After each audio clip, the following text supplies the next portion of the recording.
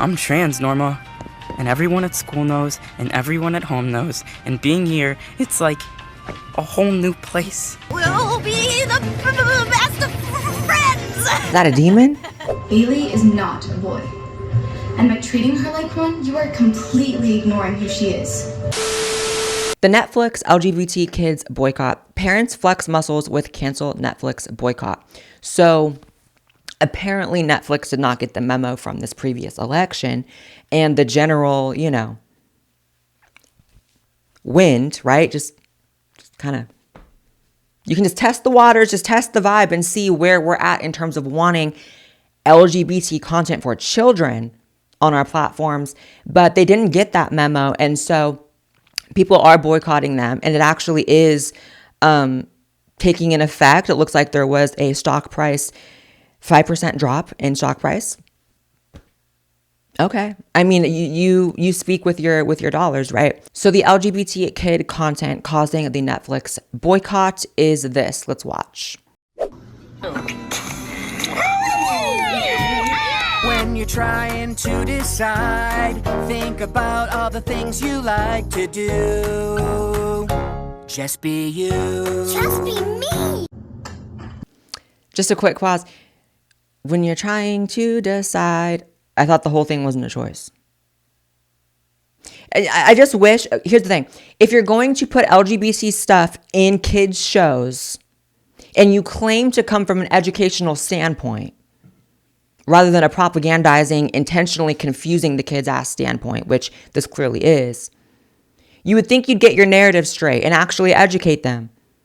You know, the way you tell them the truth about history, science, all that stuff. That was a joke. Talking about it's not a choice and I was born this way, but also when you're trying to decide, showing the tiaras and stuff as if that makes your gender. It's just, get the narrative straight if you're going to claim to be educating anybody's children. My name is Charles. I stand up for my pronouns. Today's podcast is sponsored by Hypnosio. It's a self-hypnotherapy app that is genuinely not like anything else in the weight loss space. And I know everyone always says, this is different, this is different. This one genuinely is. Hypnosio doesn't just throw another diet at you or shame you into working out, because that never works. It goes deep and works with your literal subconscious to achieve the goals that you want. It helps you rewire the emotional patterns that lead to stress eating, binge eating, overeating, and just overall self-sabotaging your goals. It uses guided hypnotherapy sessions available on any device or through their app. It'll target things like emotional eating, portion control, anxiety eating, and even the literal guilt and stress that makes you feel stuck and is such a roadblock for so many people. It's science-backed,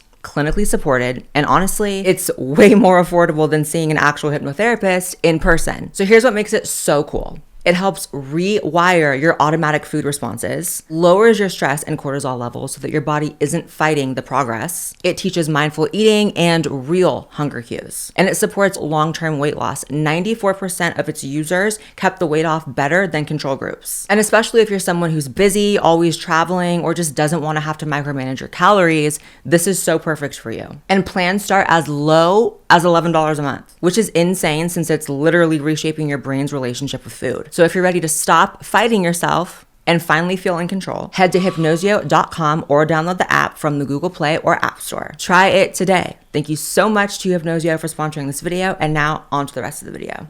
I'm the Ghost Club Artifact Specialist. Reporting from the wedding of the year, everyone's favorite karate instructor, Sensei Dave, will be marrying mixed martial arts champion Jiu-Jitsu Joe. He's the undisputed champion of my heart. But in this Sensei Dave's big day, he taught me how to really smash stuff. Oh, now let's get ready to romance. Wow, I can't wait for my mom to feast her eyes on this. I'm trans, Norma. And everyone at school knows, and everyone at home knows. And being here, it's like a whole new place. I can just be Barney, and I can choose if and when I tell people. I've never been happier. And that's saying something when I spent today chased by terrifying zombie mascots. Pugsley reminded me how important it is to live your life without apology. So I think I gotta give living here a shot, don't you? You don't need my permission. I just wouldn't want Courtney as a roommate. We'll be the best of friends! Is that a demon? The school totally customizes our rooms for us. It's so cozy. I'm Frankie. Pronouns they, them. I'm only 15 days old. Hi, Claudine. She, her. Nice to meet ya. My full name is Frankie Stein. I was just created by my parents, but not in the way that others are created by their parents like werewolves. I was actually made in the lab using some of the... Nightshade's pronouns are they, them. He or she just doesn't fit who I am. My apologies.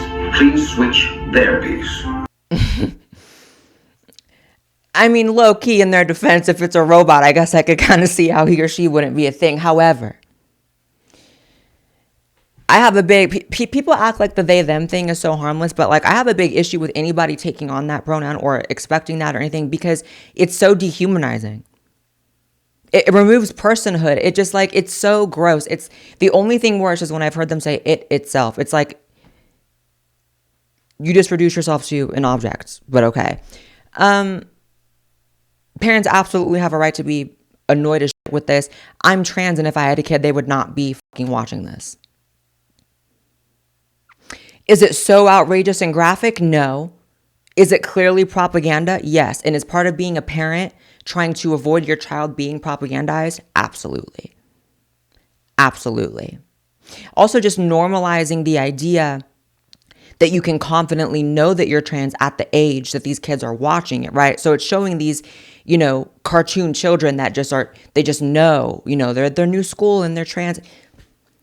There is no child that is trans like that knows it confidently and know. It's so stupid. I'm getting kind of mad because it should not have to be explained to any body that a child does not know who they are until they're an adult. This is a basic concept. This is like telling you water is wet, the sky is blue. I didn't make it so. So for me to sit here and explain it is kind of like, maybe it's because you yourself are stunted and you have not changed since being a child. In fact, I think that's what it is. I think the people who support children transitioning see no problem with it because they never actually became adults to understand that adults are different than children. I think that's what it is, and I can't believe I never put it together like that. But the more and more you learn about people, and the older I get, the more you learn people are actually quite fucking simple. It's a lot of simpletons out here. It's a lot of troglodytes out here who think they're much more complex, when in reality, you're just an overgrown child. And so, of course, there's nothing strange to you about deciding you're trans as a child because you're not even an adult. Children always think they can make big decisions. That's part of being a child. It took a while, but we finally found a file for a Bailey Del Vecchio. Is 32 Burn Hill Road still the current address? Yeah. Have you been giving him fluids? If he's dehydrated, we'll need to place an IV. Have him change into this. I don't want. Well... I hear someone's not feeling well. Let's take a look at the little man. Can I please talk to you two outside? It's embarrassing. I know that you guys are busy, but as you would see, if you looked at her and not her chart, Bailey is not a boy. And by treating her like one, you are completely ignoring who she is. You're making her feel insignificant and humiliated. And that's not gonna help her feel good or safe or calm.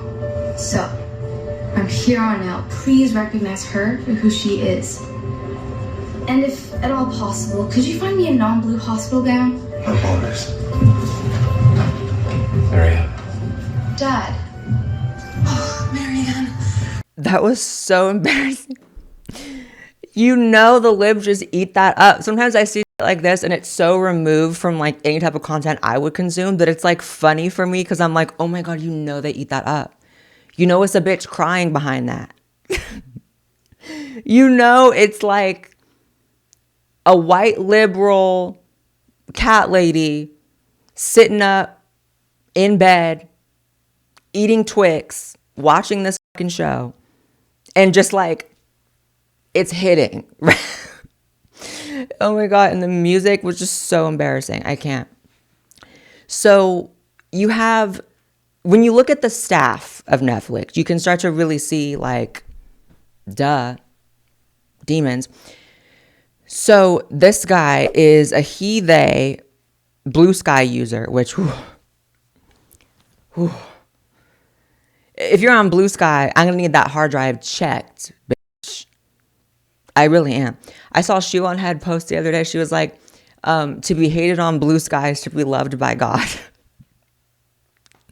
It ain't that the truth. So Hamish Steele, that's your name? Hamish. That is somehow the weakest and most annoying name at the same time. This person, of course, was one of the, Charlie Kirk grave spitters. This is the post they put, which they now deleted and privated their account. Why the fuck are you even commenting on this, dickhead? Your sympathy for any of the families being slaughtered by your weapons, but a random Nazi gets shot and it's a public statement. You're such a fucking piece of shit. This is the person making kids cartoons.